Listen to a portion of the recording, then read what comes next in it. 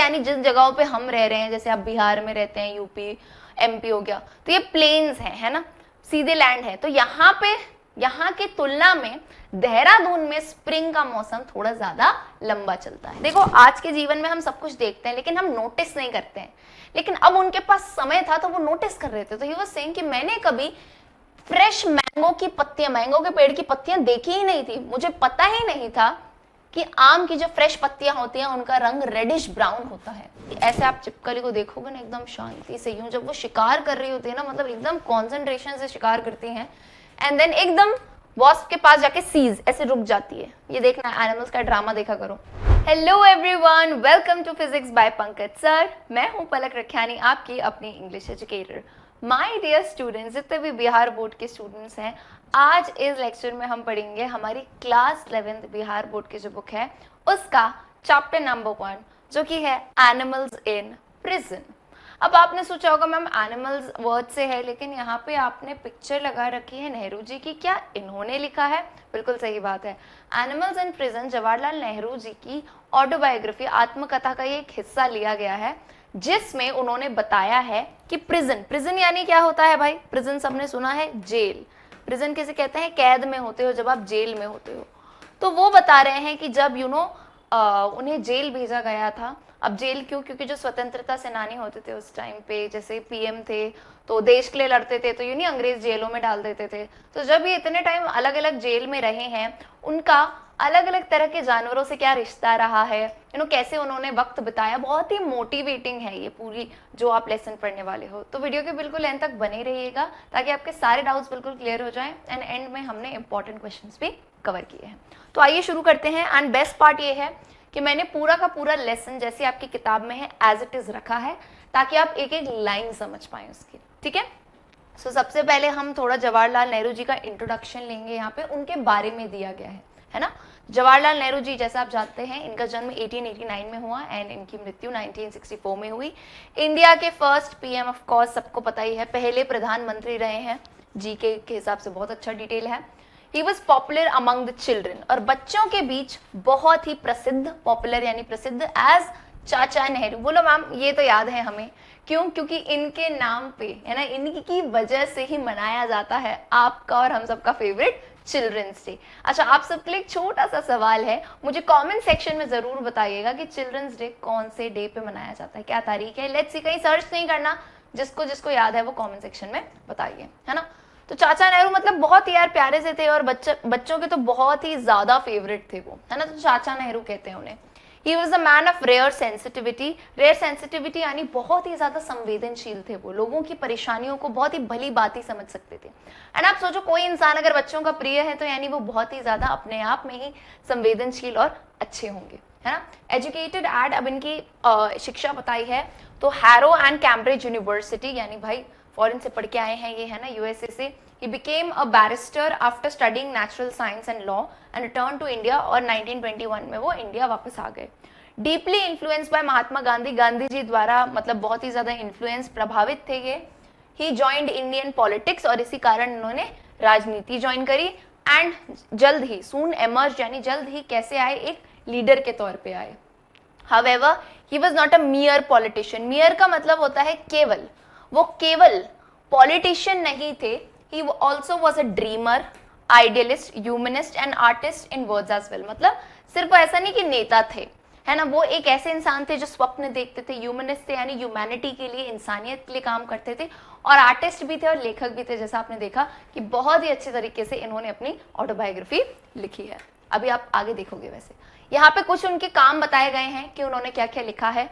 His works, an autobiography, the discovery of India, ये सब इनके जो काम किए हैं उनके नाम है ना। glimpses of world history and letters from a father to his daughter are remarkable for a rare vigor.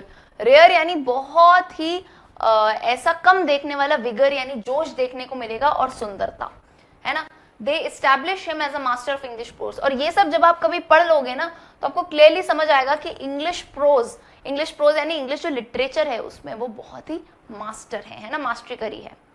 Now while in prison, यानी जब वो जेल में थे, बिफोर इंडिपेंडेंस यानी आजादी से पहले, है ना, देश की आजादी से पहले, तो वो क्या करते थे प्रिजन में? किताबें पढ़ते थे, ऑब्जर्व्ड नेचर यानी कुदरत को देखते थे। देखो अब उस टाइम में तो ऐसा नहीं जेल में आपको टीवी वगैरह लगा के दे रहे हैं, तो आप क्या करोगे, किताबें पढ़ोगे, कुदरत को देखोगे, कुदरती चीजों को, पेड़ पौधों को, जानवरों को, है ना, तो यही सब करते थे। And wrote in his powerful, और बहुत ही अच्छे से पोएटिक स्टाइल में, पोएटिक यानी एकदम कविता की स्टाइल में उन्होंने जो है ना जो भी वो महसूस करते थे, क्योंकि आप जेल में अकेले हो, कुछ और करने को तो है नहीं, तो एक होता है ना वक्त जब बुरा आता है तब भी कुछ ना कुछ उसमें अच्छाई ढूंढो।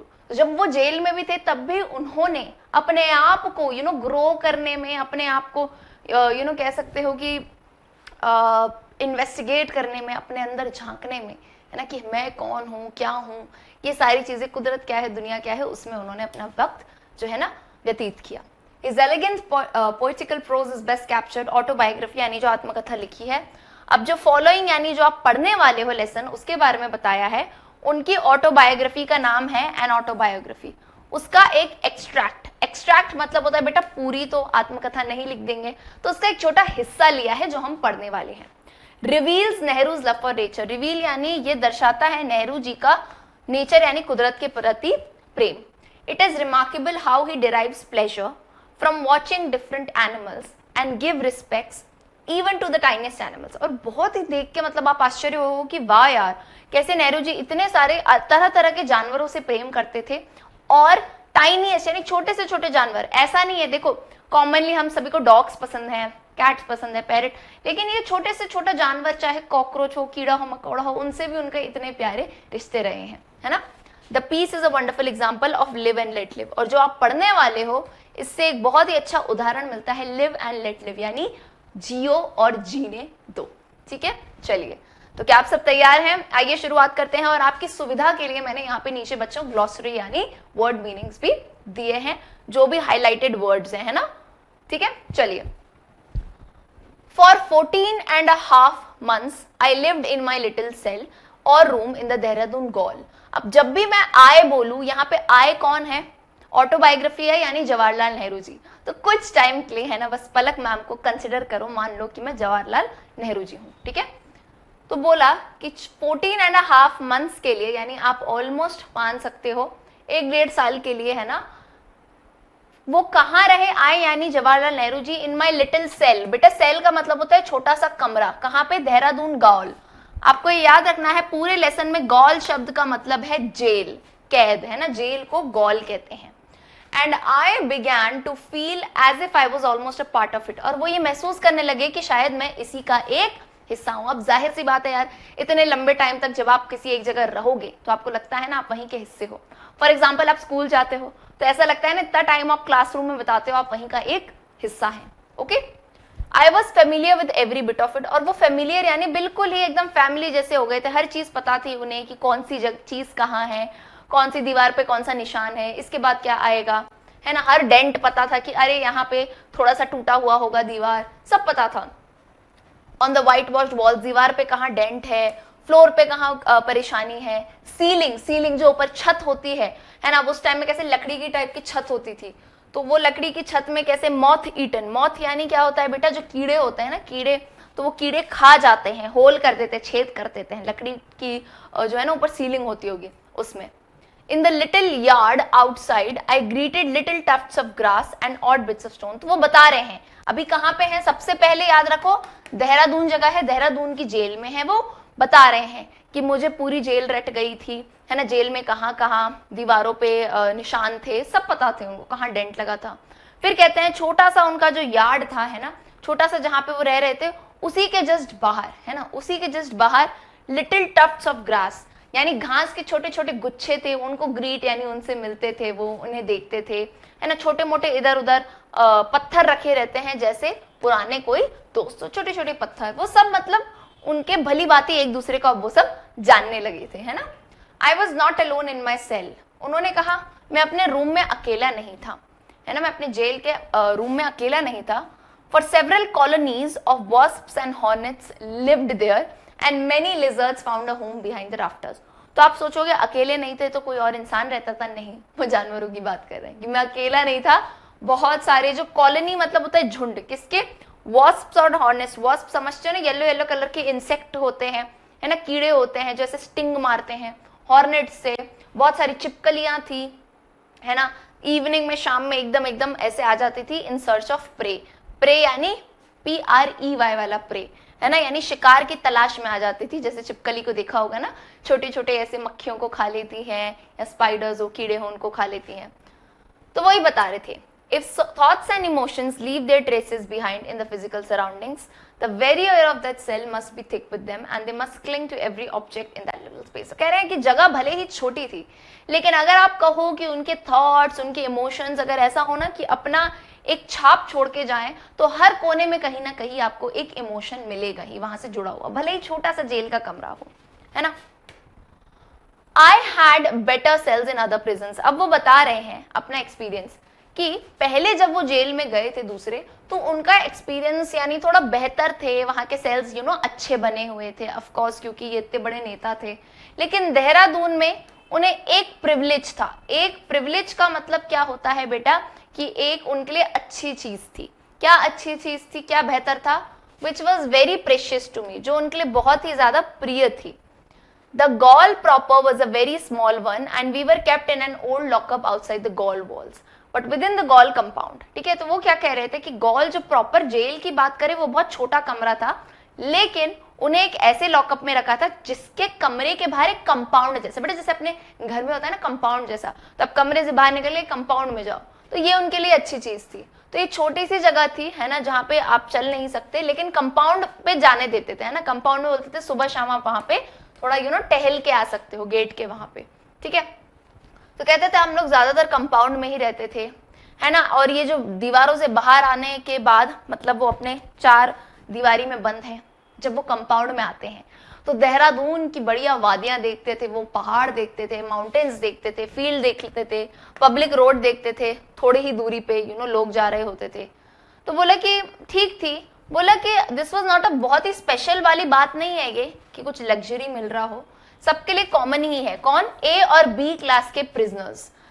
तो क्या होता है ना, कैदियों में भी क्लासें होती हैं, A और B क्लास। जैसे हाई क्लास होता है, जैसे थोड़े नेताओं वगैरह जिनको बंद करा जाता है तो वो ऊपर वाली क्लास में आते हैं, और ऐसे चोर उचक के नीचे वाली क्लास में आते हैं, है ना। तो बोला ये सब A और B क्लास के कैदियों के लिए सेम था देहरादून में।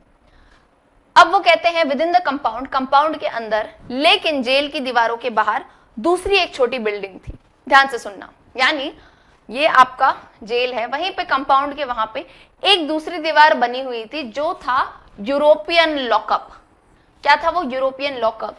इसमें कोई ऐसी बंद दीवार नहीं थी, है ना, यानी जो भी इंसान अंदर जेल के होगा उसको बढ़िया व्यू मिलेगा माउंटेन्स का। तो क्या बता रहे हैं नेहरू जी कि उनका जेल है, यहाँ पे कंपाउंड है और बिना किसी दीवार के उसी पार पे यूरोपियन लॉकअप है। तो वहां लॉकअप के अंदर जो रहता है ना उसको बढ़िया व्यू मिलता है, क्योंकि उसकी चार दीवारियों से वो घिरा हुआ नहीं है। और वहां पे कौन रहते हैं? यूरोपियन कॉन्विक्ट्स, यानी कॉन्विक्ट यानी क्या होता है? कैदी, है ना। तो यूरोपियन कैदी जो हैं उन्हें वहां पे रखा जाता था, ठीक है। और वो लोग भी वहीं पे जेल की गेट में सुबह शाम घूमते थे। तो कुछ नहीं है यार, आत्मकथा है, बातें बता रहे हैं वो क्या होता था वहां पे। चलिए, only a prisoner who has been confined for long behind high walls can appreciate the extraordinary psychological value of these outside walks and open views। अब आप सोचोगे यार पलक मैम क्या बड़ी बात है ना, मतलब कंपाउंड है, वॉक कर रहे हैं, माउंटेन्स है, कोई बताने वाली बात है? बेटा यहाँ नेहरू जी कहते हैं कि वो इंसान जो कभी कैद में रहा हो, ध्यान से सुनना, वो इंसान जो कभी कैद में रहा हो, चार दीवारी में इतने लंबे टाइम रहा हो, उससे ही अहमियत पता चलती है वो छोटी छोटी वॉक्स की, जो हमें शाम में थोड़ी देर बाहर आके बाहर का नजारा देखने दिया जाता है ना, सिर्फ उसी को उसकी कदर होगी, है ना। वही बता सकता है कि ये कितनी इंपॉर्टेंट चीज है। हम तो क्या है, आए दिन बाहर निकलते हैं, नजारे देखते हैं, लेकिन उनके लिए ये बहुत ज्यादा बड़ी बात थी, है ना। वही एक दिन का बहुत ही अच्छा वक्त कह सकते हो था। I loved these outing. I कौन? नेहरू जी कहते हैं मुझे तो ये आउटिंग बाहर जाना बहुत पसंद था, है ना। मैं तो मतलब कभी भी ऐसा नहीं कि चांस मिस करूं। मॉनसून यानी बरसात आ जाती थी ना तो भी मैं जाता था। When the rain came down for days in torrents, मतलब जब रेन बहुत ही ज्यादा तेजी से, टॉरेंट्स मतलब क्या होता है? बहुत ही बहते हुए पानी, है ना, फास्ट मूविंग वाटर की तरह आती थी, है ना। और जब एंकल डीप वाटर यानी यहाँ तक, पैरों के एंकल तक पानी भर जाता था, बोला तब भी मैं आउटिंग करने जाता था, है ना। I would have welcomed the outing in any place, बोला जब भी आउटिंग का मौका मिले मैं तो हाँ करता था। But sight of the towering Himalayas nearby was an added joy, which went a long way to removing the weariness of prison. तो बोला और एक और चीज उन्होंने बताई कि उन्होंने सोने पे सुहागा क्या था कि हिमालय की जो टावरिंग यानी जो चोटी दिखती थी, बहुत हाई चोटी, वो देख के और मजा आता था। सोचो आप बाहर निकल रहे हो एंड आपको व्यू दिख रहा है हिमालय पहाड़ों का। तो बोला कि प्रिजन में यानी जेल में रह के जो वियरीनेस जो थकान होती थी, जो बोरियत लगती थी, वो पहाड़ों को देख के कहीं ना कहीं चली जाती थी, जैसे पहाड़ों से उनकी मित्रता हो गई हो। It was my good Fortune. Fortune का मतलब होता है बेटा किस्मत। वो कहते हैं कि ये मेरी अच्छी किस्मत थी कि इतने लंबे पीरियड के दौरान जब मेरे कोई इंटरव्यू नहीं थे, जब उन्हें कोई इंटरव्यूज नहीं देने पड़ रहे थे, एंड इतने सारे महीनों के लिए मैं शांत था, अकेला था, मतलब उन्हें इंट्रोस्पेक्शन का टाइम मिल रहा था, अपने आप को गहन करने का, है ना, बिल्कुल ध्यान लगाने का उन्हें वक्त मिल रहा था, सिर्फ अपने लिए वक्त था। He could gaze at the mountains. Gaze यानी माउंटेन्स को, पहाड़ों को एकदम खुशी से घूर सकते थे, धेर सकते थे। That I loved. I could not see the mountains from my cell. वो कहते हैं मैं अपने सेल से, जिस रूम में थे, वहां से तो पहाड़ नहीं दिखते थे, लेकिन जब भी वो पहाड़ देख के आते थे, वो पहाड़ उनके मन में होते थे, है ना।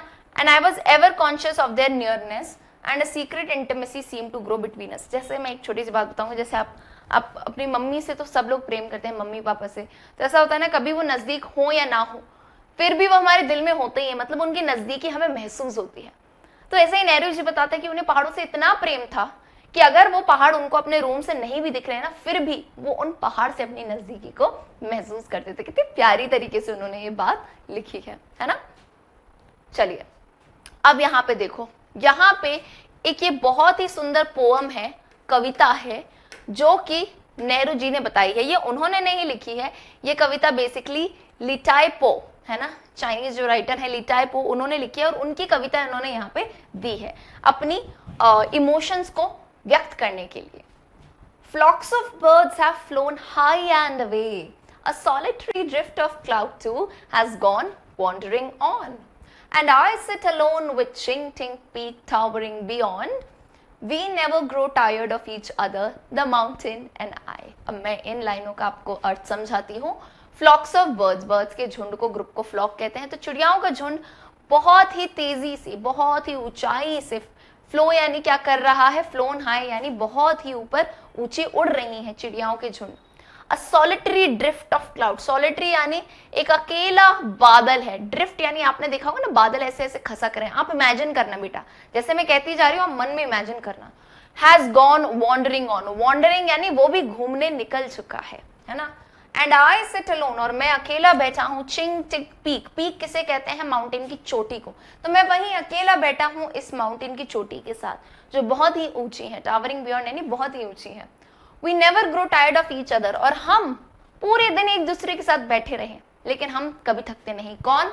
द माउंटेन एंड आई, मैं और माउंटेन। सो आपको क्लियरली समझ आ रहा है कि नेहरू जी कितने ज्यादा दीवाने हैं, कितनी ज्यादा प्रेम है उन्हें पहाड़ों से। ओके चलिए,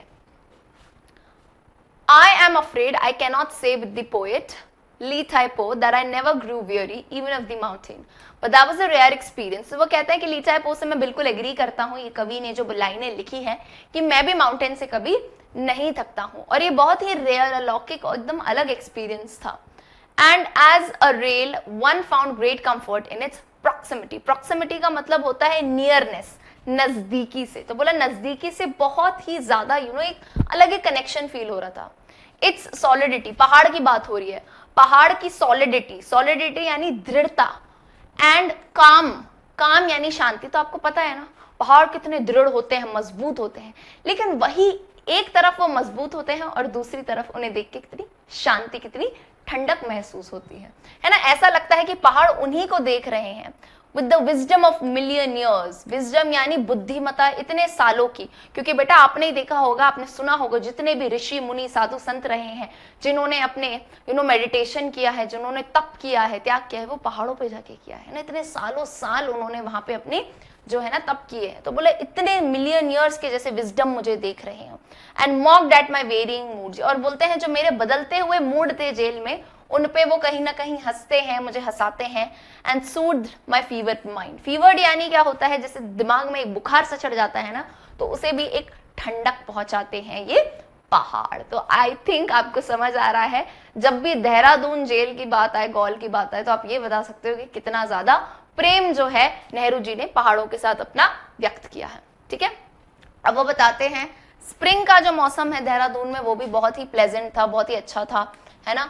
and it was far longer one than in the plains below. मतलब प्लेन्स यानी जिस जगहों पे हम रह रहे हैं, जैसे आप बिहार में रहते हैं, यूपी एमपी हो गया, तो ये प्लेन्स हैं, है ना, सीधे लैंड है। तो यहाँ की तुलना में देहरादून में स्प्रिंग का मौसम थोड़ा ज्यादा लंबा चलता है। The winter had denuded almost all the trees. Denuded मतलब कि पूरी तरह पत्तियां उजड़ गई हैं, है ना, पत्तियां बिखर गई हैं, जैसे नंगे पेड़ हो जाते हैं, कहते हैं ना। ऑलमोस्ट ऑल द ट्रीज, आपको पता ही है सर्दी में पूरे के पूरे पेड़ की पत्तियां झड़ जाती हैं। And they stood naked and bare, बिल्कुल नेकेड खड़े रहते हैं, बिल्कुल बेयर बिना पत्तियों के खड़े रहते हैं। Even 4 magnificent peepal trees which stood in front of the gaol gate much to my surprise. तो वो बोलते हैं कि 4 बहुत ही सुंदर पीपल के पेड़ थे, वो भी बोला मैं सरप्राइज था कि ऑलमोस्ट उनकी भी सारी पत्तियां गिर चुकी थी। गॉन्ट एंड चीयरलेस दे स्टूड देयर। गॉन्ट मतलब होता है एकदम पतले। अब बेटा जाहिर सी बात है, पत्तियां नहीं होंगी तो पेड़ तो एकदम पतले से दिखेंगे। तो बिल्कुल चीयरलेस मतलब कोई जोश नहीं, एकदम खड़े थे शांति से। कब तक खड़े रहेंगे? जब तक स्प्रिंग का मौसम आएगा और फिर से स्प्रिंग की हवा चलेगी और नई नई पत्तियां उगेंगी उसमें, है ना। तो वही बताते हैं कि स्प्रिंग आता है और एकदम पीपल के पेड़ बहुत ही सुंदर तरीके से जो है ना पत्तियों से भर जाते हैं, पूरी ग्रीनरी छा जाती है। It was a gay and cheering sight. तो सोचो यार, एक इंसान जो बैठे बैठे वहां पे गर्मी भी देख रहा है, सर्दी भी, कि पत्ते झड़ रहे हैं और नए पत्ते आ रहे हैं, तो बता रहे हैं कि ये एक्सपीरियंस बहुत ही अलौकिक था यार उनके लिए। It was gay and cheering. Gay और चेयरिंग का मतलब होता है खुशहाल समय था, बहुत ही अच्छा नजारा था। साइट मतलब होता है नजारा। And then very rapidly the leaves would come out. बोला फिर से बहुत ही जल्दी से, रैपिडली यानी बेटा होता है जल्दी से सारी पत्तियां बाहर आती थी, बहुत ही सारे सनलाइट जब आती थी और ऐसा लगता था कि वो ब्रीज यानी हवा के साथ खेल रही हूँ। देखा होगा आपने, जिस पेड़ पे बहुत सारी पत्तियां होती है, जब हवा चलती है तो ऐसे ऐसे डांस करती हैं, जैसे तो खेल रही हूँ वो किसके साथ? हवा के झोंके के साथ, है ना। How wonderful is the sudden change from bud to leaf. तो यहाँ वो बताते हैं कि ये जो बदलाव है, एकदम बदलाव है, एक बड, छोटा सा बड होता है ना, और उससे पत्ती बनने का जो चेंज है, जो बदलाव है, बोला कितना सुंदर लगता है। आई डोंट नो, मुझे पता नहीं है, लेकिन आपने कभी देखा होगा ना, तो आपको देख के मतलब बहुत अच्छा सा लगता है, प्यारा सा लगता है कुदरत को देख के, है कि नहीं। चलिए, I had never notice before. और उन्होंने कहा कि देखो आज के जीवन में हम सब कुछ देखते हैं लेकिन हम नोटिस नहीं करते हैं, लेकिन अब उनके पास समय था तो वो नोटिस कर रहे थे। तो ही वाज सेइंग कि मैंने कभी फ्रेश मैंगो की पत्तियां, मैंगो के पेड़ की पत्तियां देखी ही नहीं थी। मुझे पता ही नहीं था कि आम की जो फ्रेश पत्तियां होती हैं उनका रंग रेडिश ब्राउन होता है, रसेट कलर्ड। रसेट बेसिकली बेटा चॉकलेट होता है ना, चॉकलेटी कलर को कहते हैं रसेट कलर, है ना। Remarkably like the autumn tints, ऐसा लगता है कि जैसे ऑटम की एक टिंट मतलब होता है कलर, कश्मीर की हिल्स पे। But they change colour soon and become green. तो देखो मतलब मैंगो की पत्तियां जब शुरू में फ्रेश आती हैं, रेडिश ब्राउन चॉकलेटी कलर की होती है, लेकिन कुछ ही टाइम बाद वो हरी हो जाती है। तो ये कैसे पता चलेगा? ये तो इनके पास वक्त मिला उन्हें, तब उन्होंने ये चीजें ऑब्जर्व करी। The monsoon rains were always welcome for they ended the summer. तो बोलते हैं कि यार मॉनसून की जो बारिश है हमेशा उनको तो स्वागत किया ही जाता है, क्योंकि एकदम समर की जो गर्मी होती है, हीट होती है, उसमें जब वर्षा की बूंदें पड़ती हैं तो एक मस्त सी ठंडक आती है कि नहीं। But one could have too much of a good thing and Dehradun is one of the favoured haunts of the rain God. तो बोलते हैं too much of a good thing मतलब होता है किसी भी चीज की अति नहीं होनी चाहिए। आपने ये मुझे बोलते सुना होगा, है ना। तो बोला अब वही बारिशों की अति हो जाती है, और आपको पता है देहरादून में कितनी ज्यादा बारिश होती है ना।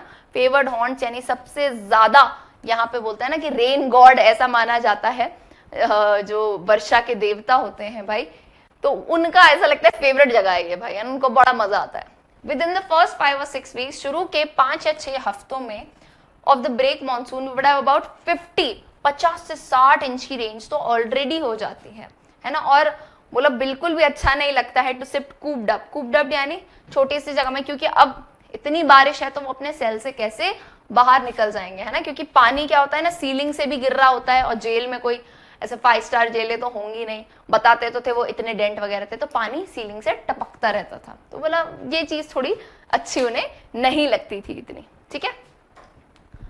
Autumn again was pleasant and so was the winter. तो वो बताते हैं कि ऑटम भी बढ़िया था। ऑटम यानी क्या होता है बेटा, पतझड़, है ना। विंटर आता है एक्सेप्ट, बोला बस जब बारिश नहीं हो तब तक सब चीजें ठीक है ना। विथ थंडर एंड रेन, और थंडर यानी आंधी तूफान आता था। पियर्सिंग कोल्ड विंड्स, पियर्स मतलब होता है चीर देने वाली, जब ठंड लगती है ऐसा नहीं लगता है शरीर को चीर के ऐसे ठंड लग रही है ना। One longed for a decent habitation, तो ऐसा लगता था लॉन्ग्ड, लॉन्ग्ड का मतलब होता है इच्छा होती थी।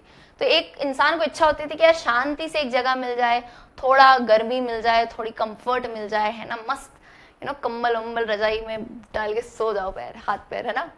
ओकेजनली बोलते हैं कभी कभी हेल स्टॉर्म भी होता था, यानी ओलों की वर्षा भी होती थी, है ना। हेल स्टोन्स, ओले देखे होंगे आपने, बारिश में गिरते हैं, है ना। Bigger than marbles coming down on the corrugated iron roofs, मतलब जो मार्बल थे उससे भी ज्यादा जो है ना बड़े थे वो, है ना। एंड मेकिंग अ ट्रिमेंडस, आप सभी ने नोटिस किया होगा कभी भी ओलों की बरसात होती है ना, आपकी छत का जो छज्जा होता है ना बहुत तेज आवाज आती है, ऐसा लगता है पत्थर गिर रहे हो जैसे।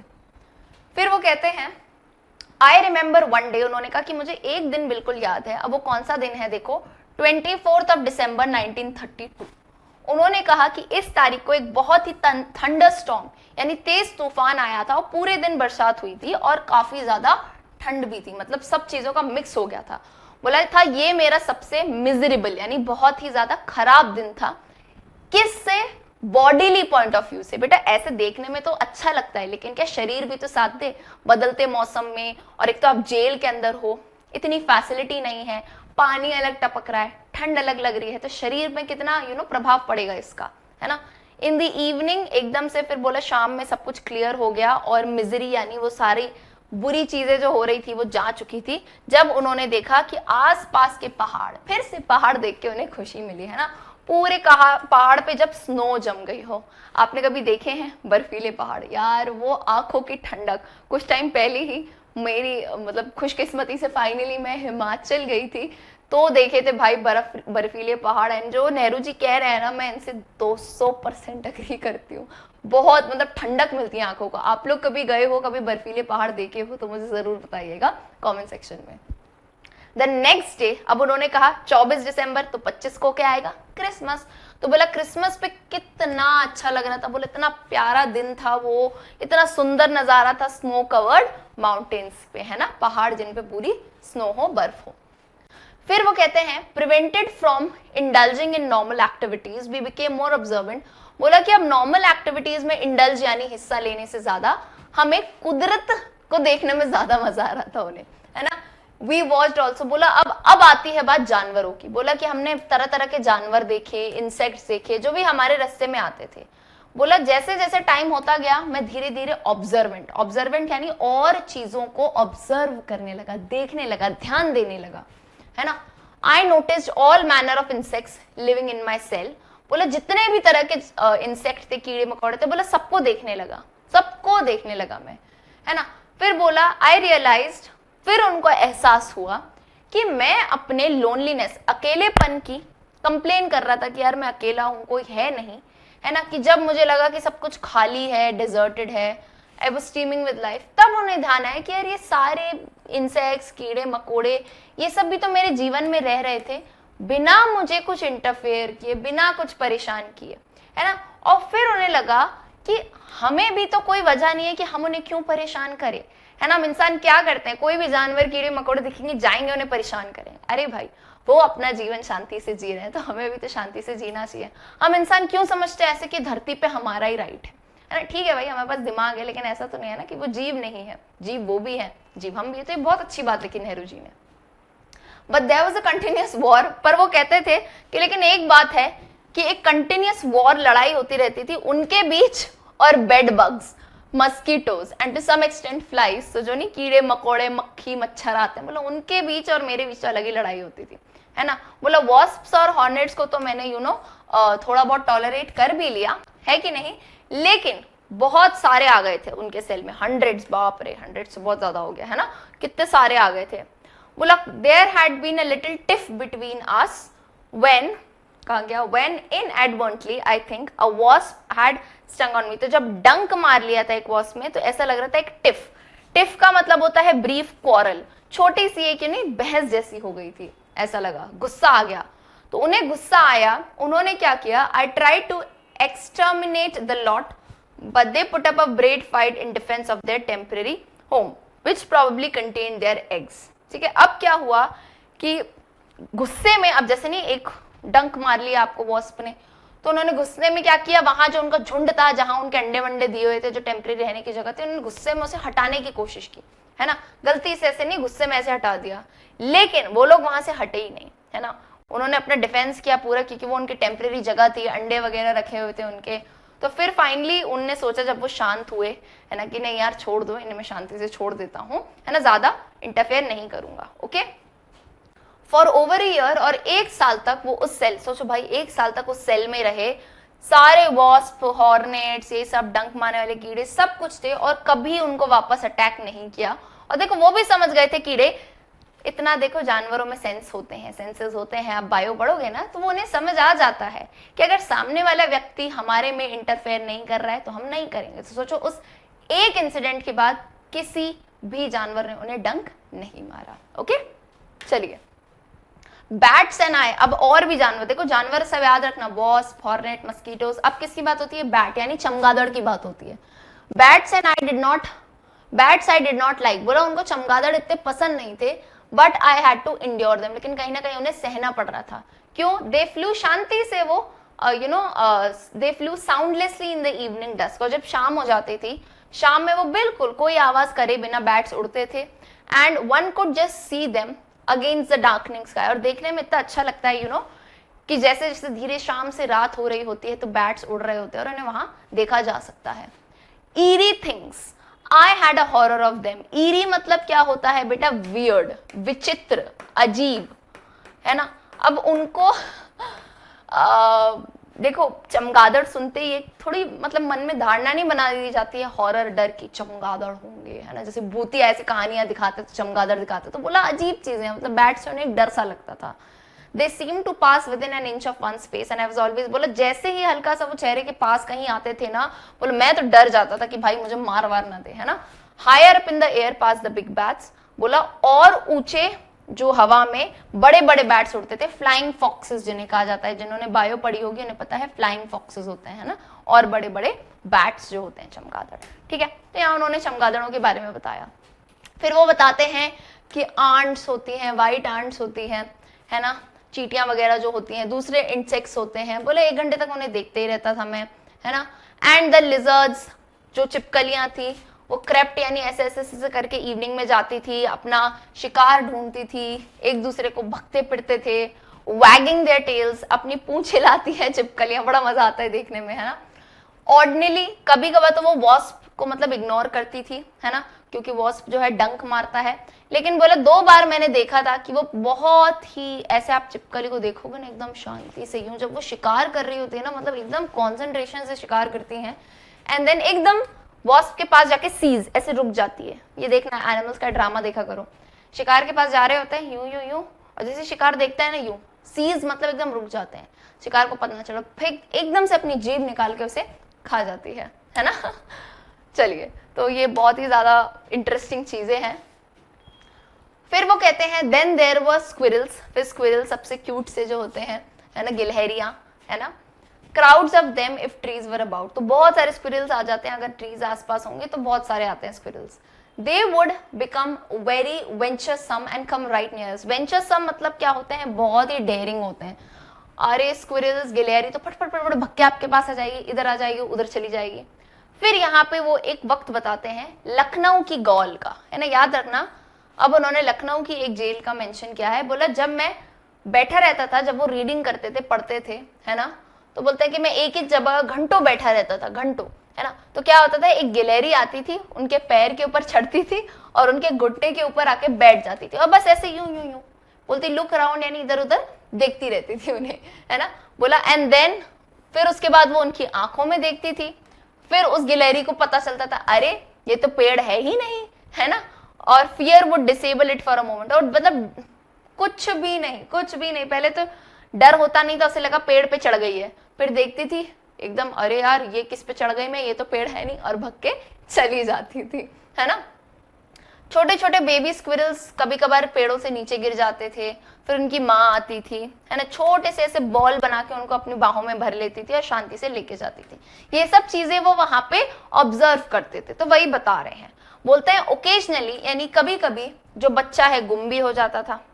तो बता रहे थे कि वन ऑफ माई कंपेनियन यानी उन्हीं का एक साथी होंगे जेल में, तो उन्होंने क्या किया था, 3 खोई हुई बेबी स्क्विरल्स जो बच्चे थे छोटे छोटे गिलहरी के, उन्हें लिया और उनको लुक्ड आफ्टर देम का मतलब होता है उनकी देखभाल की, लुक्ड आफ्टर देम यानी उनकी देखभाल की। दे वर सो टाइनी, और गिलहरी के बच्चे आपने देखे हैं कभी, इतने छोटे होते हैं कि उनको यार कुछ भी खिलाना प्रॉब्लम होता है। आप देखोगे कोई भी कम खाता है ना, जैसे मुझे बहुत लोग कहते हैं, मेरी मम्मी भी कहती है गिलहरी की तरह खाती है, छोटा सा मुंह है ना, तो गिलहरी का मुंह सही में बहुत छोटा होता है। और प्रॉब्लम ये थी, तकलीफ ये थी कि कुछ भी, हाउएवर द प्रॉब्लम तो थी, लेकिन कैसे भी तरह उन्होंने उसे सॉल्व किया इनजेनियसली यानी बहुत ही चालाकी से, चतुरता से। क्या किया उन्होंने, फाउंटेन पेन देखा है आपने, इंक पेन होता है जिसमें इंक भरते हैं, तो वो क्या करते थे, एक फाउंटेन पेन का फिलर होता है जिससे इंक भरी जाती है, छोटा सा कॉटन लिया उससे अटैच, और क्या किया उस कॉटन में, जैसे अब मैं आपको एक बना के दिखाऊं, तो फॉर एग्जाम्पल ये एक फाउंटेन पेन का फिलर है ना, जिससे आप फिल करते हो, ड्रॉप ड्रॉप ऐसे डालते हैं यहाँ से, है ना, और छोटी सी उन्होंने क्या किया, यहाँ पे कॉटन ले ली, है ना, और कॉटन में मान लो उन्होंने दूध डाल दिया, पानी डाल दिया, या कुछ भी खाने पीने की ऐसी चीजें डाल दी, है ना, दाल वाल डाल दी, कुछ भी, है ना, तो फिर ये हल्का सा ड्रॉप ड्रॉप ड्रॉप वो उसके मुंह में डालते थे स्क्विरल में। तो बहुत ही, देखो चाहते हैं तो इंसान हर कुछ कर सकता है कि नहीं। चलिए अब वो बताते हैं पीजन्स। अब नेक्स्ट किसके बारे में हम आ गए, पीजन के बारे में पढ़ेंगे। जो कबूतर थे, abounded in all the gaols I went to. Abounded का मतलब होता है भरपूर थे, बहुत सारे थे, जिस भी जेल में वो जाते पीजन यानी कबूतर तो होते ही होते थे। Except in the mountain prison, except यानी किसके अलावा, जो माउंटेन पे प्रिजन था एल्मोरा का, सिर्फ यहां पे कबूतर नहीं थे, बाकी हर जेल में थे। There were thousands of them, thousands of आप कह सकते हो यहाँ पे पिजन्स थे। Sometimes the gaol officials would shoot them down and feed on them, मतलब कभी कभार तो जेल के जो कैदी होते थे पता है क्या करते थे, पिजन्स को शूट कर देते थे, यानी उनका शिकार करते थे और खा लेते थे उन्हें भाई, है ना। मैनास थी, अब देखो अलग अलग नाम बताए हैं, कबूतर हो गए, मैना हो गई, है ना, हर जगह मिलती है मैना। अ पेयर ऑफ देम बोला एक जोड़ी तो मेरे जेल के वहीं पे थी देहरादून में, तो बोला मैं उन्हें फीड करता था। They grew quite tame and if there was any delay, और बोला मतलब आप किसी भी अगर आप जानवर को फीड करते हो ना डेली, चिड़िया हो गई कुछ भी हो गई, तो उन्हें पता चल जाता है कि अरे अगली सुबह आपने मतलब आप 7 बजे देते हो उनको दाना, 7:15 7:20 भी हो जाए ना वो ऐसे ऐसे मतलब आने लगेंगे, नॉक करने लगेंगे। तो यही बता रहे थे कि कैसा उनका बहुत ही बढ़िया सा जो है ना रिश्ता बन चुका था इन एनिमल्स के साथ। तो कबूतर हो गए, मैना हो गई। इसके बाद अब वो किस एनिमल की बात करते हैं, अब वो बताते हैं नैनी जेल में। इन नैनी मतलब नैनीताल के जेल की बात बता रहे हैं। वो बहुत सारे हजारों क्या थे पैरट से, बोलो मैम सारे जानवर तो आ ही गए, सारे ही आ गए, ऐसे ही समझ सकते हो, है ना। पैरट्स की बात कर रहे हैं वो, ठीक है। And large number of them lived in the crevices of my barrack walls, यानी जेल या जैसे कहीं भी आपने दीवारी देखी होंगे ना, दीवारों में जहां भी क्रिवाइसेस यानी छोटे छोटे क्रैक पड़ जाते हैं तो उसमें छोटी जगह बन जाती है, तो ये छोटे छोटे जितने भी जानवर होते हैं ना, चाहे आप बोल सकते हो पैरट हो गए, पिजन हो गए, सब वहां पे रहने लगते हैं, ठीक है। Their courtship and love making was always a fascinating sight. Courtship क्या होता है आपने देखा होगा, जितने भी पैरट्स होते हैं ना, एक तो वो बहुत ही ज्यादा आप कह सकते हैं एक प्यारा सा रिलेशनशिप मेंटेन करते हैं, यू नो क्यूट से होते हैं पैरट्स बड़े, तो उनका एक कपल बन जाता है, उनको देख के बड़ा ही मजा आता है ना, आपस में लड़ते हैं, खेलते हैं, कूदते हैं, है ना, वो लोग वो देख के बहुत मजा आता है पैरट्स को। आई डोंट नो आप में से कितने लोगों के पास पैरट है तो जरूर बताइएगा, बहुत ही मस्त से होते हैं एंड अलग ही मतलब बोलते रहेंगे, प्यार करेंगे, लड़ेंगे, मस्त होते हैं, बहुत देख के मजा आता है। बोलते हैं कभी कभार तो इतनी तेज लड़ाई होती है मेल पैरट्स के बीच में, 2 मेल पैरट्स होंगे वो एक लेडी पैरट के लिए लड़ते हैं। तो बोलो भाई कुछ भी हो, कोई भी जानवर हो, है ना, मेल जो है मेल पैरट्स फीमेल पैरट के लिए लड़ते कि नहीं नहीं ये वाली मेरी है, ये वाली मेरी है, लड़ते होंगे ऐसे ही, है ना, पैरट्स मस्त से होते हैं वैसे भी। Who sat calmly by waiting for the result of the encounter, वो शांति से बैठी रहती थी, क्या रिजल्ट आएगा, दोनों में से जो लड़ेगा उसको मैं अपना पतिदेव बना लूंगी।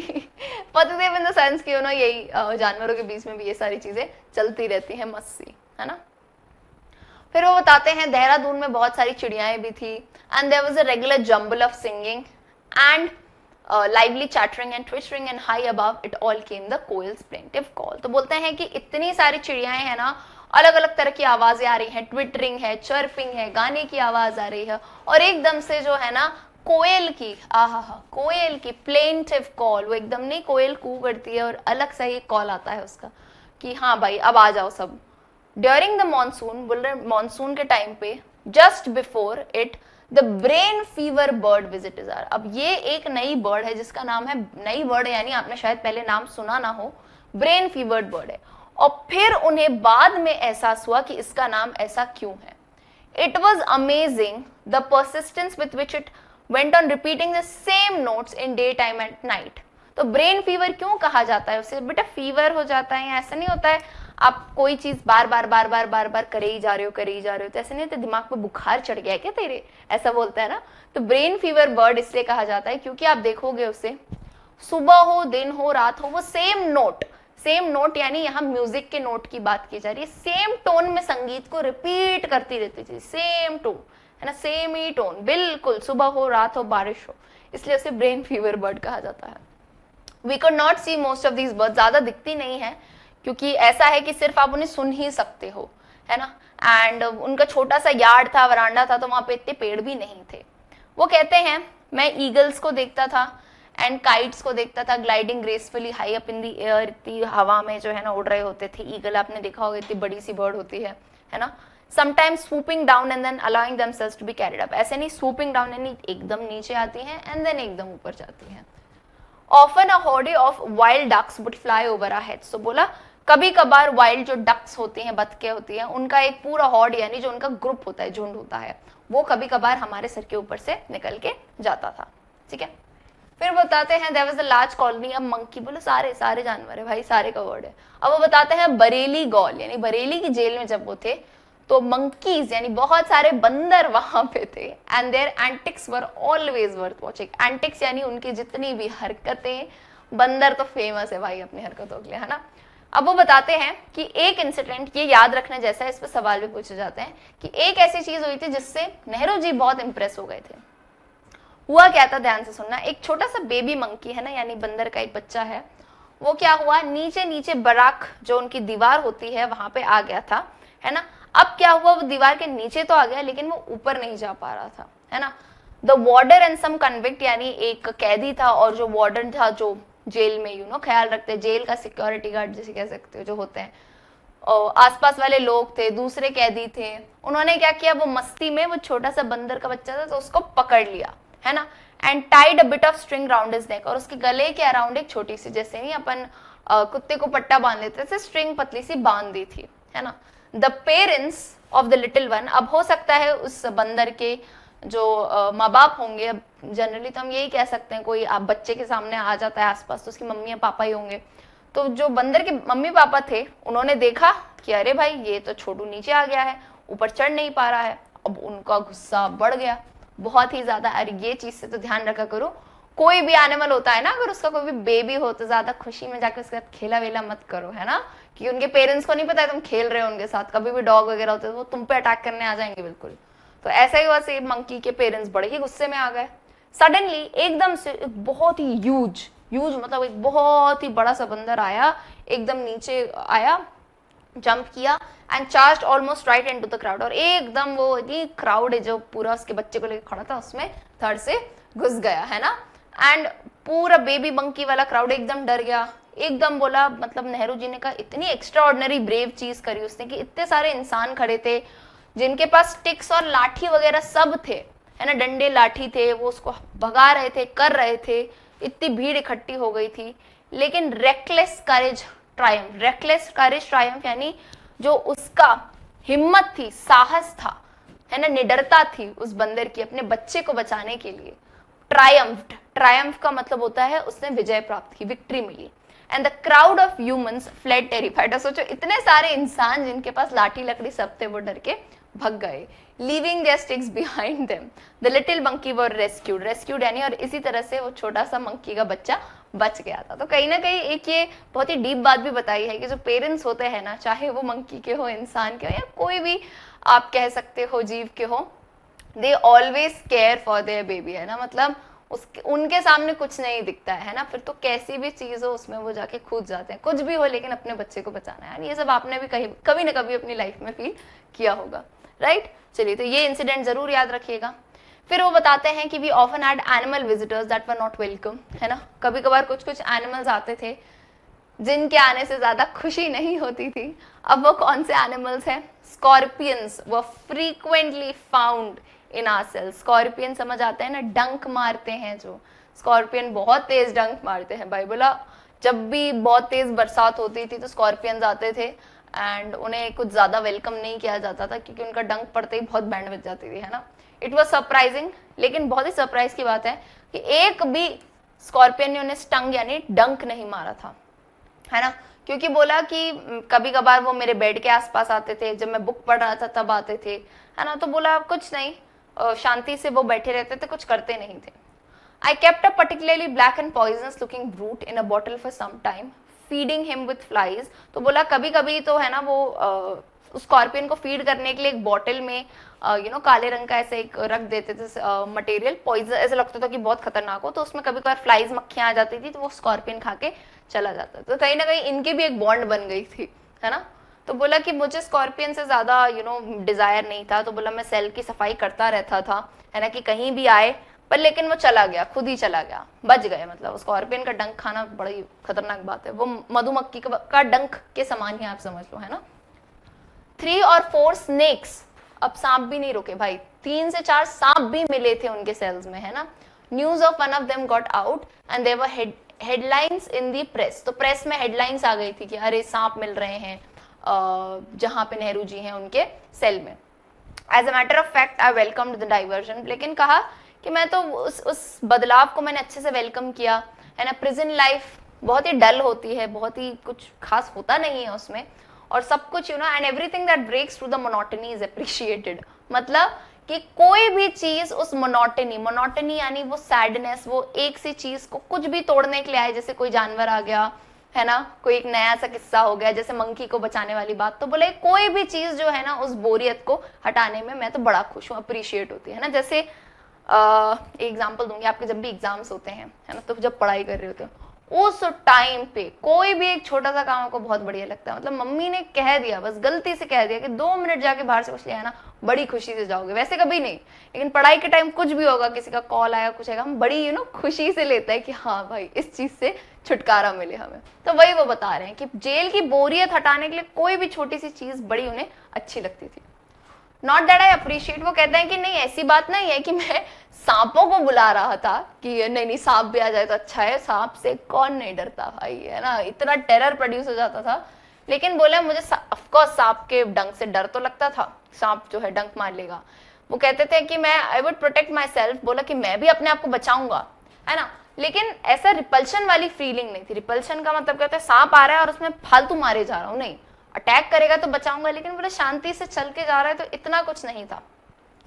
अब वो बताते हैं कि सांप से ज्यादा सेंटीपीड उन्हें ज्यादा हॉरिफाई करते हैं। सेंटीपीड बेसिकली वो जानवर होते हैं ना जिनके बहुत सारे पैर होते हैं, बोलो उनसे वो बहुत ही ज्यादा डरते थे। It is not so much fear as instinctive repulsion. अब वो बताते हैं एलिपोर के जेल में, कैलकाटा यानी कोलकाता जिसे अब हम कहते हैं, वहां पे उन्होंने कहा था कि बीच रात में वो उठ गए थे सॉरी, एंड उन्हें सोचा कि पैर में कुछ क्रॉल करके ऐसे ऐसे ऐसे ऐसे जा रहा है। ऑफ कोर्स आप जब सो रहे हो और आपको एहसास हो कि आपके पैर के ऊपर कुछ चढ़ रहा है तो आप उड़ जाओगे। तो बोलो वो उड़ गए, उन्होंने टॉर्च जलाई, है ना, फिर देखा कि एक सेंटीपीड उनके बिस्तर पे आ गया है ना, एंड बहुत ही अमेज के साथ एकदम से वो उठे और उसको वॉल्टेड यानी बिल्कुल ऐसे ऐसे जंप करते हैं हटाने के लिए, कुछ करने के लिए, है ना। एंड नियरली बोला कि उसके बाद तो उन्होंने एकदम से ऐसा लगा कि जो रूम की दीवार है उससे जाके वो टकरा गए थे, मतलब इतने परेशान हो गए थे। I realised fully then what Pavlov's reflexes were. अब यहाँ पे थोड़ा सा साइंस का कॉन्सेप्ट है। देखो पावलोस रिफ्लेक्स। रिफ्लेक्स एक्शन आप समझते हो क्या होता है साइंस में?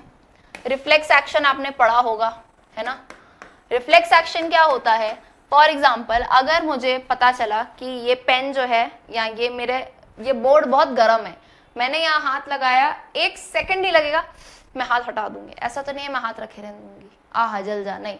जैसे ही कुछ गर्म टच होगा अपने आप हाथ हट जाते हैं, रिफ्लेक्स एक्शन होता है। ये तो आप सबने पढ़ा है बायो में, है ना, कि स्पाइनल कॉर्ड तक ही जाता है ना? वैसे तो मैसेज ब्रेन के पास जाता है, लेकिन रिफ्लेक्स एक्शन में मैसेज स्पाइनल कॉर्ड के पास जाके ही वापस आ जाता है ना, कि भाई हाथ हटा ले जल जाएगा। तो वैसे ही उन्होंने बताया है, पावलोव जो साइंटिस्ट हैं उनके रिफ्लेक्स वो क्या होते हैं, यही होते हैं जो उन्होंने डॉग में ऑब्जर्व किए थे, कि एकदम से जब कोई भी ऐसी चीज आती है जिससे आपको डर लगता है तो आप बिना कुछ सोचे समझे सबसे पहली फुर्सत में से हटाते हो। फॉर एग्जाम्पल, अगर मैं यहाँ खड़ी हूं और मेरे हाथ पे एकदम से कोई चींटी या कीड़ा आएगा, मैं 1 सेकंड भी नहीं देखूंगी मेरी क्लास चल रही है कुछ, मैं ऐसे हटाने लग जाऊंगी, है ना? तो दीज आर पावलोस रिफ्लेक्सेस। तो नेहरू जी इस किस्से के बाद बताते हैं कि भाई मुझे अब समझ आया कि पावलोव के रिफ्लेक्स सच होते हैं और क्या होते हैं। ठीक है, चलिए अब वो बताते हैं देहरादून में उन्होंने एक नया टाइप का जानवर देखा था, और रैदर एन एनिमल, हो सकता है नया जानवर नहीं, या फिर ऐसा जानवर जो मेरे लिए यानी नेहरू जी के लिए नया हो, जो उन्होंने पहले कभी नहीं देखा हो। ठीक है, I was standing at the gaol gate. उन्होंने कहा कि वो जेल की गेट पे खड़े थे, गॉलर यानी जेलर से बात कर रहे थे। फिर उन्होंने देखा कि एक आदमी बाहर खड़ा था और एक बहुत ही विचित्र सा एनिमल उस आदमी के पास था।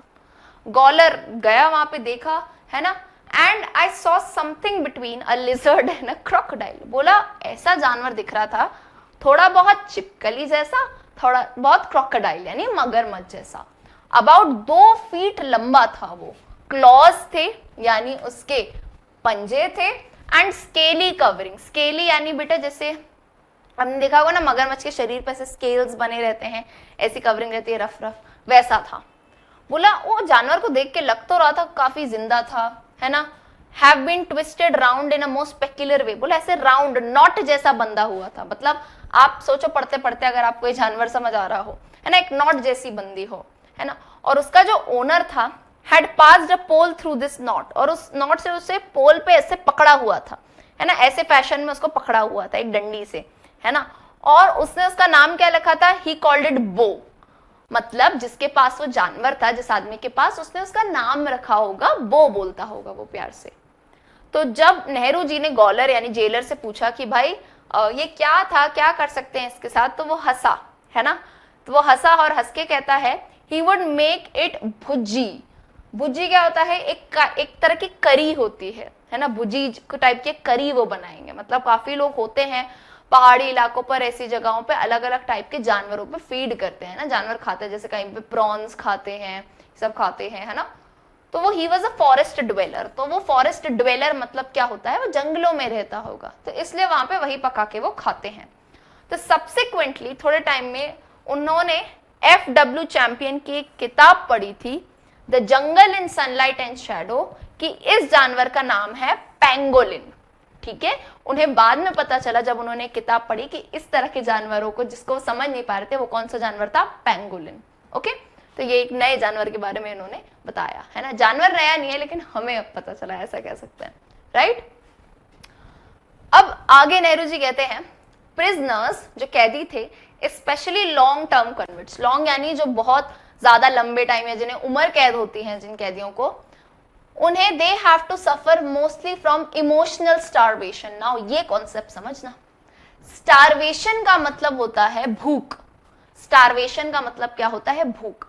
लेकिन ये कौन सी भूख है, इमोशनल भूख, है ना, इमोशंस की भूख, प्रेम की भूख, है ना। ऑफन दे सीक, कुछ इमोशनल सेटिस्फैक्शन मिलता है क्या करके, एनिमल पेट्स रखे। अब आप अकेले हो, आपके पास कोई है नहीं, दुख बांटने के लिए सबको कोई ना कोई साथी चाहिए होता है, चाहे आपके पास भाई बहन हो, मम्मी पापा हो साथ में, कोई पार्टनर हो, कोई दोस्त हो, कोई तो हो साथ में, है ना। किसी का कुछ नहीं होता, कितने लोग पेट्स पाल लेते हैं कि एक इमोशनल, देखो नीड होती है यार, बायोलॉजिकली है ये, है ना, इंसान की नीड होती है, कुछ चाहिए। तो ऐसे जो लॉन्ग टर्म कैदी होते हैं वो एनिमल पेट्स रखते हैं। कोई normal prisoner can not keep them, कोई नॉर्मल थोड़े टाइम के लिए आया वो नहीं रख सकता, लेकिन जो कॉन्विक्ट ओवरसीयर्स होते हैं जिनको इतने टाइम तक रहना होता है ना, तो वो रख लेते हैं। और जो स्टाफ होता है, जेल का स्टाफ भी मना नहीं करता, वो भी समझ जाता है यार क्या करेगा अंदर बेचारा, है ना। कॉमनेस्ट पेट्स, सबसे ज्यादा कॉमन पेट्स कौन से थे? स्क्विरल्स थे, गिलहरियां प्यारी सी होती है। एंड स्ट्रेंजली, मतलब विचित्रता से, मोंगूज भी होते हैं काफियों के, मतलब अजीब बात है लेकिन होते थे, है ना। अब क्योंकि डॉग्स, देखो कुत्ते तो अलाउ नहीं होते थे जेल के अंदर, कैट्स आ जाती थी, है ना, कैट्स छोटी सी थी, पतली सी आ जाती थी। तो वही बता रहे थे, एक लिटिल किटन, किटन क्या होती है? बिल्ली का बच्चा था, है ना। बोला उससे मेरी एक दोस्ती हुई, है ना। एक गॉल ऑफिशियल, यानी वहीं पे जो जेल के ऑफिशियल थे वहीं की, उनकी ही बिल्ली होगी वो, तो बोला उससे मेरी दोस्ती हो गई थी, लेकिन दुर्भाग्यवश उनका ट्रांसफर हो गया तो वो चली गई थी वहां से, है ना। बोला मुझे बड़ी याद आती थी। बोला डॉग्स अलाउ नहीं थे, लेकिन उन्होंने बताया I got tied up with some dogs accidentally. बोला कुछ कुत्तों से उनका मिलन जुलन हो गया था देहरादून जेल में। क्या हुआ था, एक जेल का ऑफिशियल था, उसने एक बिच, बिच क्या होता है? फीमेल डॉग को, है ना, फीमेल डॉग को बिच कहा जाता है। एंड देन फिर उसका भी ट्रांसफर हो गया था, तो उसने उसको वहीं पे रख दिया था। The poor thing became a homeless wanderer. वो बेचारी जो थी, कोई घर नहीं उसका, कुछ नहीं, इधर उधर भटकती रहती थी। लिविंग अंडर कवर्ट्स, है ना, पाइप्स के अंदर, ड्रेनेज के अंदर, कहीं ना कहीं, ऐसे नहीं जो डॉग्स को छोड़ दिया जाता है तो वो इधर उधर रह लेते थे। पिकिंग अप स्क्रैप्स, कहीं ना कहीं इधर उधर से कुछ भी कचरा भजरा ऐसे आप थोड़ा सा खा के फेंक देते हो, वो उठा लेती थी, भूखी रहती थी। तो बोला मैं लॉकअप में था, है ना, तो वो मेरे पास आती थी कि फूड मांगने कुछ, तो थोड़ा बहुत वो उसको खिलाने लगते थे, है ना। एंड खिलाते पिलाते उस जो फीमेल डॉग थी उसने जन्म दिया a litter of pups. Litter of pups, litter of pups क्या होता है? ग्रुप ऑफ पपीज, है ना, छोटे छोटे पपीज को उन्होंने जन्म दिया, है ना। Many of these were taken away, काफी कुछ तो ले लिए गए थे, है ना, कैसे ही रखते जेल में, लेकिन 3 वहीं पे थे और उन तीनों को खाना खिलाते थे नेहरू जी, है ना। One of the puppies fell ill, एक आध पपी बीमार हो गया था with a violent distemper. Violent distemper क्या होता है? अब देखते हो ना डॉग्स को जब कोई प्रॉब्लम होती है, बीमारी होती है, अपन तो बता देते हैं बुखार है, पेट में दर्द है, उनका समझ नहीं आता था, तो एकदम ही वायलेंट हो जाते थे, भौंकने लगते हैं, काटने लगते हैं, एकदम बढ़ जाता है, एकदम टेम्पर संभल नहीं पाता है उनका, है ना। तो बोला इससे बड़ी प्रॉब्लम हुई उन्हें, है ना। बोला उसकी फिर भी उन्होंने केयर करी, नर्सिंग करी, ख्याल रखा, है ना। कभी कभार इतनी बार उठते थे वो रात में देखने के लिए कि बच्चे से सो रही है कि नहीं, तो फाइनली उसने सर्वाइव किया और वो बड़े ही खुश थे कि यू नो उनकी नर्सिंग से, उनके ख्याल रखने से एक कुत्ते की जान जो है, एक पिल्ले की जान जो है बच गई। ओके, फिर वो कहते हैं I came in contact with animals far more in prison than I had done outside. बोला कि एक कैद जेल में मैं ज्यादा जानवरों से मिला हूं जितना कि मैं बाहर रहता था तब नहीं मिल पाया। और नेहरू जी तो हर जगह के आए, देश विदेश, लेकिन बोला उस जेल के अंदर जितने जानवरों से मेरा मिलना हुआ होगा ना, इतना कभी नहीं हुआ। I had always been fond of dogs. उन्हें कुत्ते बहुत ही पसंद थे, फॉन्ड यानी उन्हें बहुत पसंद थे, एंड उन्होंने कुछ कुछ कुत्ते पाले भी थे, बट बोला मैं उन पर ज्यादा ध्यान नहीं दे पाता था, है ना, क्योंकि पॉलिटिक्स में थे, इतने ज्यादा चीजें होती थी। लेकिन बोला प्रिजन में, जेल में बड़ा ही वो आभारी थे, ग्रेटफुल यानी आभारी थे कि वो ध्यान रख पा रहे थे। Indians do not as a rule approve of animals as outdoor pets. अब इंडिया में पहले ऐसा होता था, अब तो खैर काफी रख रहे हैं कि डॉग्स को, यू नो, ऐसे एनिमल्स को ज्यादातर हाउस होल्ड पेट्स की तरह नहीं रखा जाए, है ना। रूल एक ऐसा नहीं था basically. It is remarkable that in spite of their general philosophy of non-violence to animals, they are often singularly careless and unkind to them. तो वो यहाँ पे क्या कहना चाह रहे हैं, बात समझना, ठीक है। ये कहना चाहते हैं कि हम बोलते कुछ और हैं और हम करते कुछ और है। जैसे अब हम सिखाते क्या हैं कि यार जनरल हमारी फिलॉसफी क्या है कि नॉन वायलेंस होना चाहिए, है ना, कि अहिंसा होनी चाहिए जानवरों के प्रति, है ना, हिंसा नहीं करनी चाहिए। वो लोग बोलते तो हैं, लेकिन कहीं ना कहीं कितना ज्यादा केयरलेस हो जाते हैं हम उन्हीं जानवरों के प्रति। बोला इवन काऊ, जैसे गाय को हम माता मानते हैं, है ना, गौ माता कहते हैं। बोला कितनी जैसे उसको मतलब वर्शिप करते हो, हिंदूज वर्शिप करते हैं, है ना, उसको भी, उनको भी इतने अच्छे से ट्रीट कभी कभी नहीं किया जाता है ना। और वही कहते हैं कि इतने सारे जानवर है, जैसे अब हम किसी भी जानवर की बात करें, चाहे हम कहते हैं कि नहीं फिशेस बहुत अच्छी होती है, बकरे बहुत अच्छे होते हैं, लेकिन कुछ कुछ जगहों पे हम उन्हें भी ना अच्छे से ख्याल नहीं रखते हैं, उन्हें भी हिंसा करते हैं उनके प्रति। तो वो वही कहना चाहते हैं कि हम पूजनीय कुछ चीजों को कहते हैं और काइंडनेस यानी worship and kindness do not always go together. मतलब पूजना और काइंडनेस दिखाना, है ना, हमदर्दी दिखाना, दोनों साथ साथ में नहीं जाते। कहीं ना कहीं हम बोलते कुछ और हैं और करते कुछ और है, ऐसा वो कहना चाह रहे हैं। डिफरेंट कंट्रीज हैव अडॉप्टेड, अब वो बोलते हैं कि अलग अलग देशों के अलग अलग जानवर एक सिंबल बन चुके हैं उनके एम्बिशन का, उनके कैरेक्टर का, है ना। जैसे यूनाइटेड स्टेट्स, यूएसए, अमेरिका का क्या है जानवर? ईगल, ईगल दर्शाता है। जर्मनी का क्या है? लायन, है ना, शेर। इंग्लैंड का जानवर क्या है, मतलब सिंबल, एज अ सिंबल जो दर्शाया जाता है, बुलडॉग। फ्रांस का जानवर फाइटिंग कॉक है ना। एंड बियर, भालू किसका है? ओल्ड रशिया का। तो क्या होता है ना, इन जानवरों से कहीं ना कहीं ऐसा माना जाता है, एक सिंबल दर्शाता है कि कैसा उस कंट्री का एम्बिशन है, कैसा उस कंट्री का चारित्र्य या कैरेक्टर है। How far do these patron animals mould national character, तो बोले कितनी ही दूरी तक ये जो पेट्रन एनिमल्स जिन्हें सिंबल माना जाता है, वो कैसे एक देश का कैरेक्टर मोल्ड करते हैं। Most of them are aggressive, ज्यादातर तो क्या है? एग्रेसिव, यानी जितने भी जानवर आप देख रहे होंगे, भालू हो गया, ईगल हो गई, शेर हो गए, सब क्या है? ज्यादातर एग्रेसिव है, गुस्से वाले हैं, फाइटिंग एनिमल है, लड़ भिड़ जाते हैं, बीस्ट्स ऑफ प्रे है, यानी शिकार करके ही रहेंगे। And it is not surprising, और ये सरप्राइज होने की बात भी नहीं है कि जो लोग ऐसे उदाहरणों के साथ बढ़ते हैं, है ना, दे स्ट्राइक अप, वो ज्यादा एग्रेसिव हो जाते हैं, है ना, और दूसरों पे क्या है? हमला करते हैं। अब समझ गए, समझदार हो, जो अभी की कहानियां चल रही है, रशिया हो गया, यूएसए हो गया, ज्यादातर क्या है? लड़ना भिड़ना, दुनिया भर के वेपन्स बनाना, ईरान लड़ रहा है, ये लड़ रहे हैं, वो लड़ रहे हैं, सब लड़ने पे। लेकिन अब बात आती है हमारे प्यारे देश हिंदुस्तान की, है ना, कि हिंदूज में हम बता, हम हमारा जो पेटर्न एनिमल है काऊ मानी जाती है, गौ माता। अब गौ माता, अरे कितनी प्यारी सी शांति, गाय को, मतलब गौ माता को देख के ना सुकून सा आता है। तो कहीं ना कहीं इंडिया, आप देश भी वही मान सकते हो। बाहर के लड़ाई झगड़ों में फालतू का हमारा कोई इन्वॉल्वमेंट नहीं, शांति से हमारा, देखो देश के अंदर परेशानियां तो आएंगी, लेकिन फिर भी आप कंपेयर करोगे ना बाकी देशों से, यूएसए, चाइना, फ्रांस, रशिया, उससे तो कई मुकाबलों तक हम बहुत ही ज्यादा सुलझे हुए हैं। तो यहाँ नेहरू जी यही बात बताते हैं कि कैसे कहीं ना कहीं नेशनल एनिमल से जो पेट्रन एनिमल रखा जाता है, उससे भी कहीं ना कहीं कितना उस देश के बारे में पता चलता है।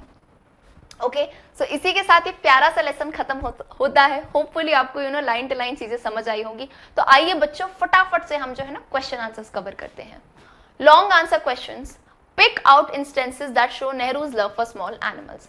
इंस्टेंसेस यानी ऐसे उदाहरण बताइए जो लेसन में दिए हैं, जिसमें नेहरू जी ने छोटे छोटे जानवरों के प्रति अपना प्रेम बताया है। तो अपन ने लेसन में सेम चीज पढ़ी थी, वही चीज हमने आंसर में बताई है। तो हम यह बताएंगे, जब नेहरू जी प्रिजन यानी जेल में थे, ही डिराइव्स प्लेजर, यानी उन्हें काफी सुख होता था इन जानवरों को देखने में। छोटे छोटे जानवर, वॉस्प हो गए, हॉर्नेट हो गई, चिपकलियां हो गई, है ना, मैनाज हो गए, पीजन्स हो गए, पपीज के बारे में भी उन्होंने बताया कितना कनेक्शन था। फिर उन्होंने बताया लखनऊ जेल में गिलहरियों के साथ जो है उनकी दोस्ती हो गई। फिर बरेली जेल में मंकीज के साथ उनकी दोस्ती हो गई। एलिपोर जेल में उन्हें सेंटिपीड मिले, है ना। तो यही सारी चीजें उन्होंने बताई कि कैसे बड़े से बड़ा जानवर तो ठीक है, उनसे तो सब प्रेम करते हैं, कुत्ते बिल्ली तो सबको पसंद आते हैं, लेकिन छोटे से छोटे जानवरों के प्रति भी इनका बहुत ज्यादा लगाव रहा है।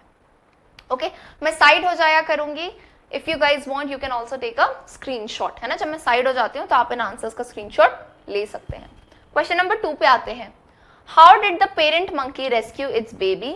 Why does Nehru call it's courage reckless? तो अब ये पूछा जा रहा है वही वाली कहानी मंकी वाली, कि जो पेरेंट मंकी था उसने अपने बच्चे को कैसे बचाया, रेस्क्यू यानी बचाया। Why does Nehru call it's courage reckless? और उन्होंने उसके करेज को, उसकी हिम्मत को रेकलेस क्यों कहा है?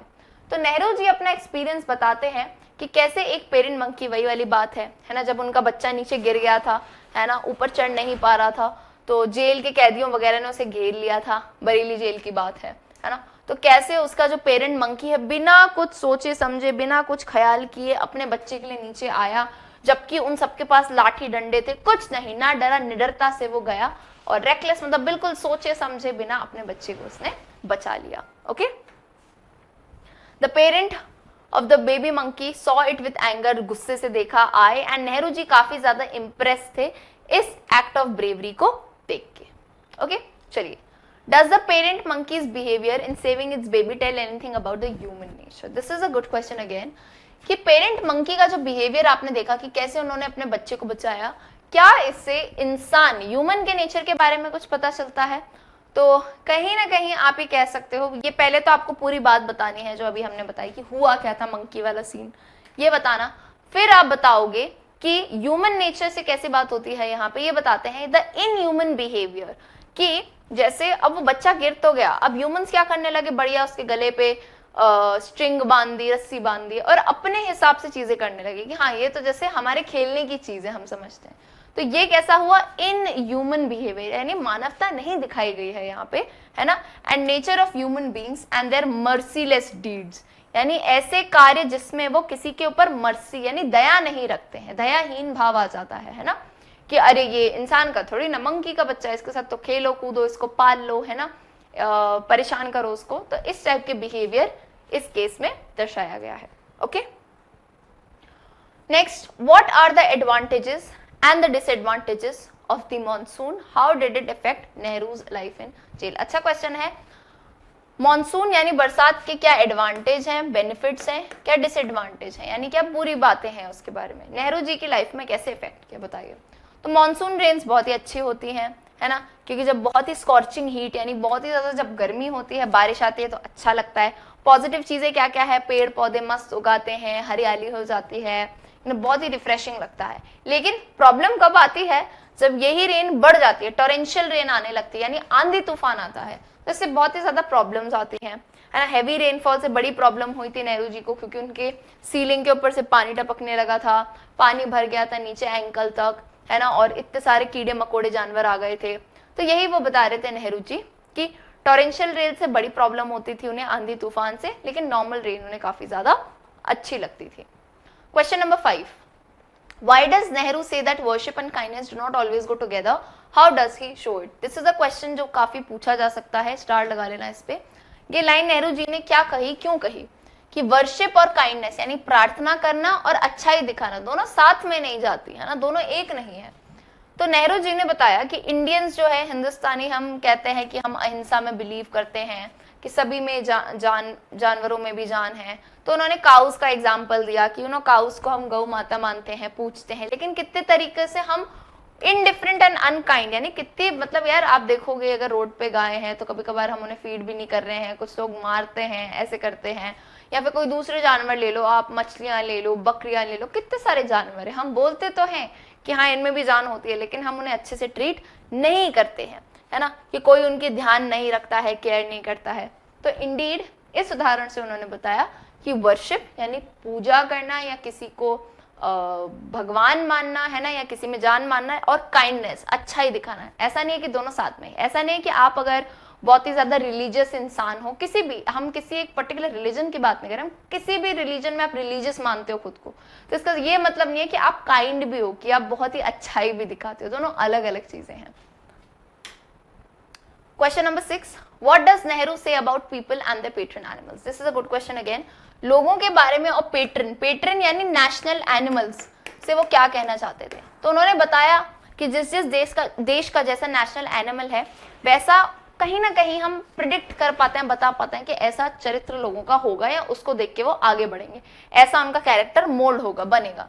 तो जैसे वही बात है ना, भालू रशिया का नेशनल एनिमल माना जाता है, पेट्रन एनिमल हो गया।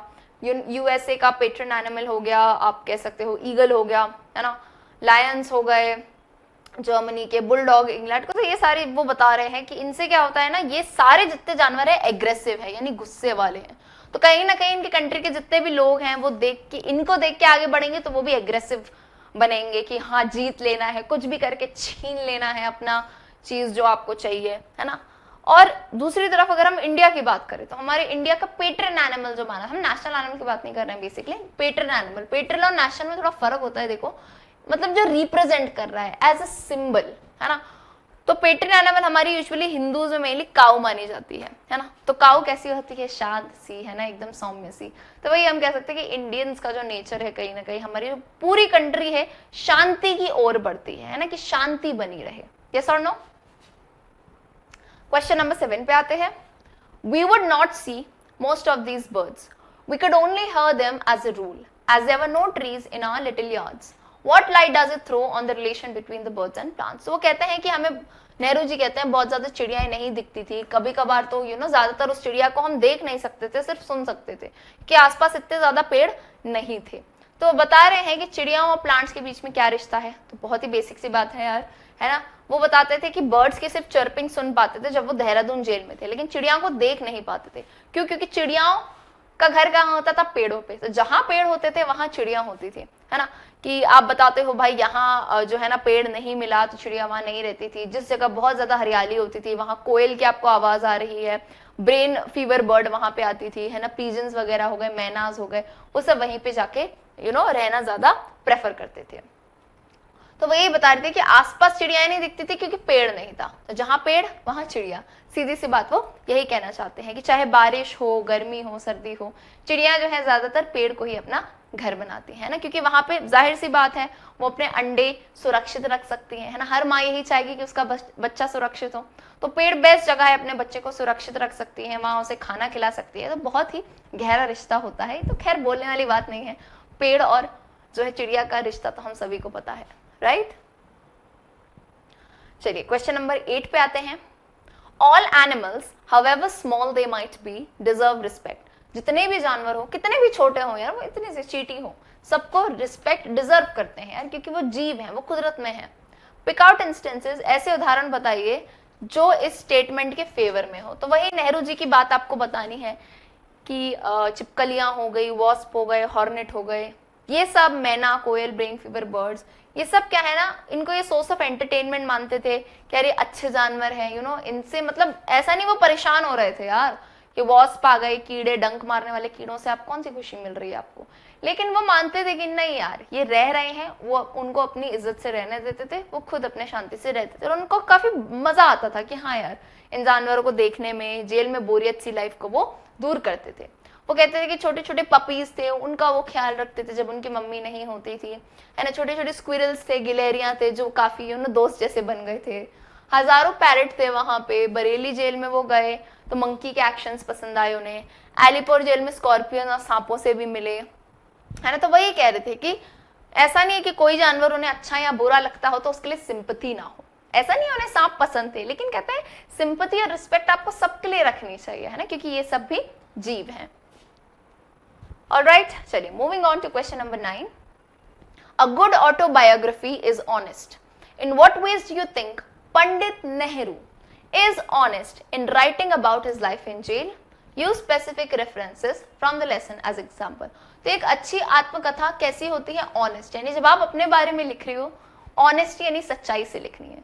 तो अब आपको ये उत्तर बताना है, आप अपने मन से भी लिख सकते हो। आपको क्या लगा कि नेहरू जी ने क्या यहाँ पे ऑनेस्टली अपनी चीजें लिखी हैं, कैसी लिखी हैं? ये आंसर बच्चों मैंने लिखा है, आप चाहो आप अपने शब्दों में भी इसे लिख सकते हैं, है ना, क्योंकि आपने भी कहानी पढ़ी है। आपको कैसी लगी आप व्यक्त करिए। Nehru has given a true account of his life in jail. तो हम कहेंगे भाई नेहरू जी ने बिल्कुल सच्ची बात बताई है अपनी जेल की। He has neither exaggerated, exaggerated यानी बढ़ा चढ़ाकर, है ना। एग्जैजरेट मतलब होता है ऐसा नहीं है कि उन्होंने किसी बात को बहुत बड़ा चढ़ाकर लिखा हो, और या फिर ऐसा नहीं है कि फालतू की सिंपैथी उन्होंने गेन की हो कि नहीं मैं बहुत अच्छा हूं। नहीं, उन्होंने ऑनेस्टली बताया कि ये बात थी, ऐसी उनकी फीलिंग्स थी, ऐसे उनके इमोशंस थे, यहाँ उन्हें खुशी मिली, यहाँ उन्हें गम मिला, है ना। उन्होंने कितने अच्छे से डिस्क्राइब किया कि कितना अकेला वो फील करते थे जेल में जब कोई नहीं होता था। फिर उन्होंने माउंटेन्स के प्रति अपना प्रेम दर्शाया, है ना। फिर उन्होंने बताया कैसे पेड़ पौधों जानवरों को वो देखते थे। बेबी मंकी की बात इतने प्यार से उन्होंने बताई, है ना। और जब उन्हें स्टिंग मार के गया, जब उन्हें स्टिंग भी मारा तब भी उन्होंने बताया, है ना। कितनी सारी चीजें, वॉस्प ने स्टंग करा, उन्हें डंक मार दिया, ऑनेस्टली उन्होंने बताया। सेंटीपीड से उन्हें डर लगता था। तो सारी चीजें बताई, यानी अपनी स्ट्रेंथ जो उनकी ताकत थी और अपनी वीकनेस जो उनकी कमजोरी थी, सब उन्होंने बिल्कुल ही सच्चाई से बताई है। तभी कहीं ना कहीं एक सादगी भरी आपको ये कहानी लगी होगी उनकी। यस और नो? चलिए क्वेश्चन नंबर 10 पे आते हैं। A good autobiography is also very self-aware. How self-aware do you think the author has been? Self-aware यानी अच्छी ऑटोबायोग्राफी में मतलब क्या है कि आपको अपने बारे में भी पता है कि मैं कैसा हूं, मुझे क्या अच्छा लग रहा है, मुझे क्या बुरा लग रहा है।